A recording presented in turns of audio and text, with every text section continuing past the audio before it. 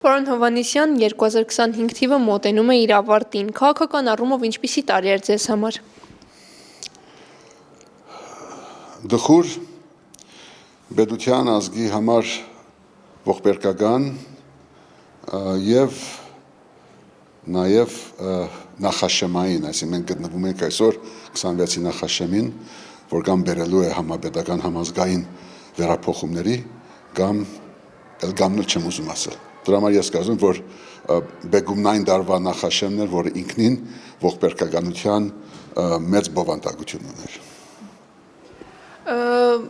Ձեր նշած վատ դեպքերից եւ տխուր դեպքերից մի քանիսը կնշեք, որոնք ձեզ համար ամենակարևորն են եւ ամենացավոտն են եղել։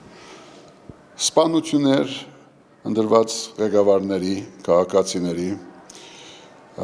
հալածանքներ, հոգևորականների, բարեգործների, իրավաբանների, լրագրողների, շարքային քաղաքացիների նկատմամբ օրենքի եւ իրավունքի ակնհայտ խեղմամբ, այն որ շարունակապար Հայաստան ներկայացնող ժամիշխանները շարունակեցին զիջել Հայաստանի եւ հայ ժողովրդի իրավունքները, ազատությունները, ինքնիշխանությունը, ինքնորոշումը եւ մեծ Արցախի հայրենազրկումից հետո եւ հազարավոր զոհերից հետո շարունակում են Հայաստանի պետական գործանման եւ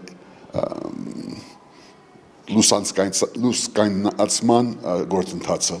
դա մեծ ցավ է պատճառում եւ դա պետք է մենք միասին փոխենք։ Այս իրավիճակում ընդդիմության գործունեությունը ինչպես կգնահատեք։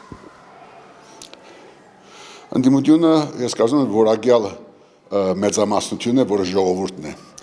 Ժողովրդի մեջ մտնում է նաև խորհրդարանական եւ արտախորհրդարանական ընդդիմությունները, հասարակական հոսանքներ, մասնագիտական խմբեր, մտավորականներ, անհատ քաղաքացիներ, երիտասարդություն եւ անհրաժեշտ է որ առանցին այս արահետները զուգահեռ կան մի համապետական համագործակցության խաչմերուկի, առանցին ամեն մեկը իր գործը փորձում է անել, բայց միայն իրեն պիտի չտեսնի, պիտի ընդհանուր մայրուղի գերդվի աննախադեպ նորից այս աննախադեպ ողբերգությունը հաղթահարելու համար։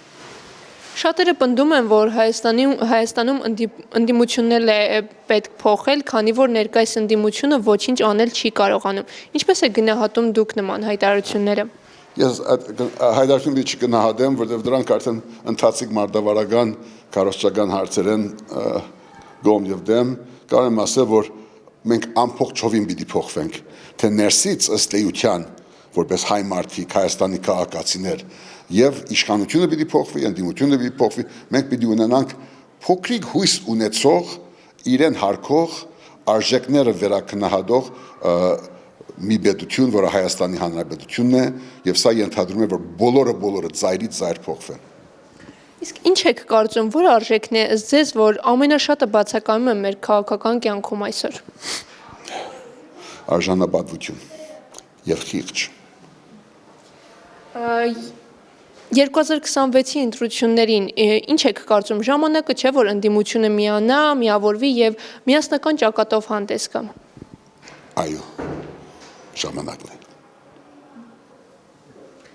Ձախողման դեպքում քաղաքական գործիչը պարտավոր է հեռանալ, թե շարունակել պայքարը, ինչ եք կարծում։ Ձախողումը հարաբերական է,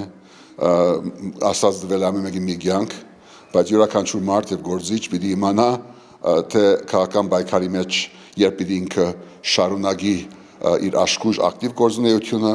որպես գործիչ, որպես տեխնաձու եւ երբ պետք է այդ բարդականությունը, այդ իրավունքը գադարի հերվից, որպես աչագից, որպես զորագից։ Դրա համար ամեն օրինակ դարբեր է, բայց համարում եմ, որ նույնքան հայրենասեր է ճիշտ պահին հետ կանգնել եւ հերվից օգտակար լինել։ Ոչ միայն Երևալ, ոչ միայն լինել միակը, այդ փրկիչ ունենալու եղանակը արդեն անցել եմ։ Մեզ փրկիչ պետք չէ որևէ տեղից, ոչ այս կողմից, ոչ ընդդիմադիր կողմից, մեզ պետք է հավաքական պատասխանատվությամբ օժտված մի թիմ, որը գունենա դարբեր պաշտոններ, բայց ինքը հաշվետու կլինի ժողովրդին եւ ինքը գունենա կոլեկտիվ պատասխանատվությամբ եւ դուրս կգանք այդ վիճակից, որ ունենանք մի հատ ֆյուրեր իշխանիկ, որ ուզում է ինքը դիրել, ամեն մեկը ենթարկեցնել իրեն, նույն եկեղեցին փորձելով ազգային անվտանգության ծառայությունը, բայց ըստ էության նաև դանելով երկիրը դեպի հորձանուտ եւ գործանուն։ Եթե ամեն դեպքում 2026 թվականի ընտրություններում Նիկոլ Փաշինյանը եւ իր թիմը նորից հաղթանակ տանեն, Չեն տանելու։ ըստ էս այդ դեպքում, եթե ամեն դեպքում չբացառենք այդ փաստը, դեպի ուր կգնա Հայաստանը։ Դեպի ոչ մի տեղ։ Դեպի դարածք, անարժեք, անինքնություն, անհերանեկար դարածք լինելու ուղղությամբ, այդ դարածքի անունը կարող է էլի Հայաստանին կամ Երևան, կամ Երևան պլյուս Արվարձաններ, կամ Երրորդ մաս, կամ Շենգավիթ, չգիտեմ, բայց թե աշխարհագրականորեն, թե ըստ էության բովանդակության մեջ Հայաստանը եւ Հայաստանի Հանրապետությունը այլևս տեղի ակնկալություն չի ունենա եւ ենթակլինի օդար երկրյա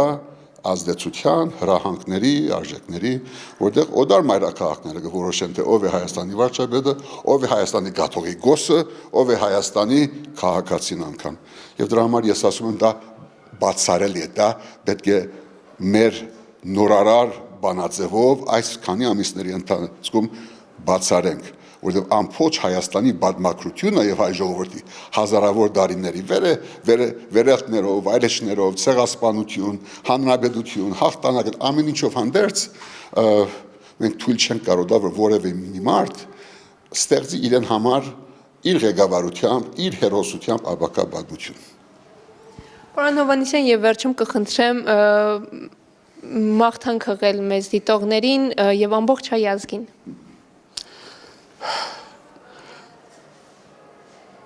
Հանձնարու աշխատանք, հավատք, որ մենք կարող ենք անգամ այս դժոխային իրավիճակում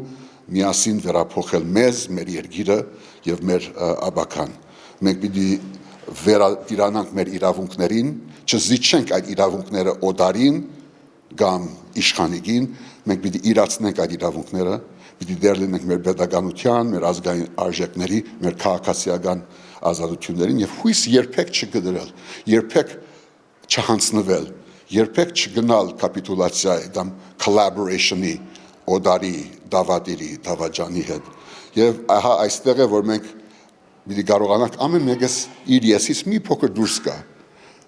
Հերիք է, որ ամեն մեկը ինձնից սկսած մենք միայն արդարացնենք մեր ասածը, մեր հետաքիծը, մեր նվիրումը, ոչ։ Մենք պիտի հասկանանք, որ մեզնից բարձր կա շահ, դա հայրենիքի շահն է, դա պետության, Հայաստանի եւ Հայաստանի շարքային քաղաքացու շահ է։ Ասենք օրան կենտրոնում հայ երեխաների ապակա իրավունքն է, որ մենք պիտի պաշտպանենք եւ այս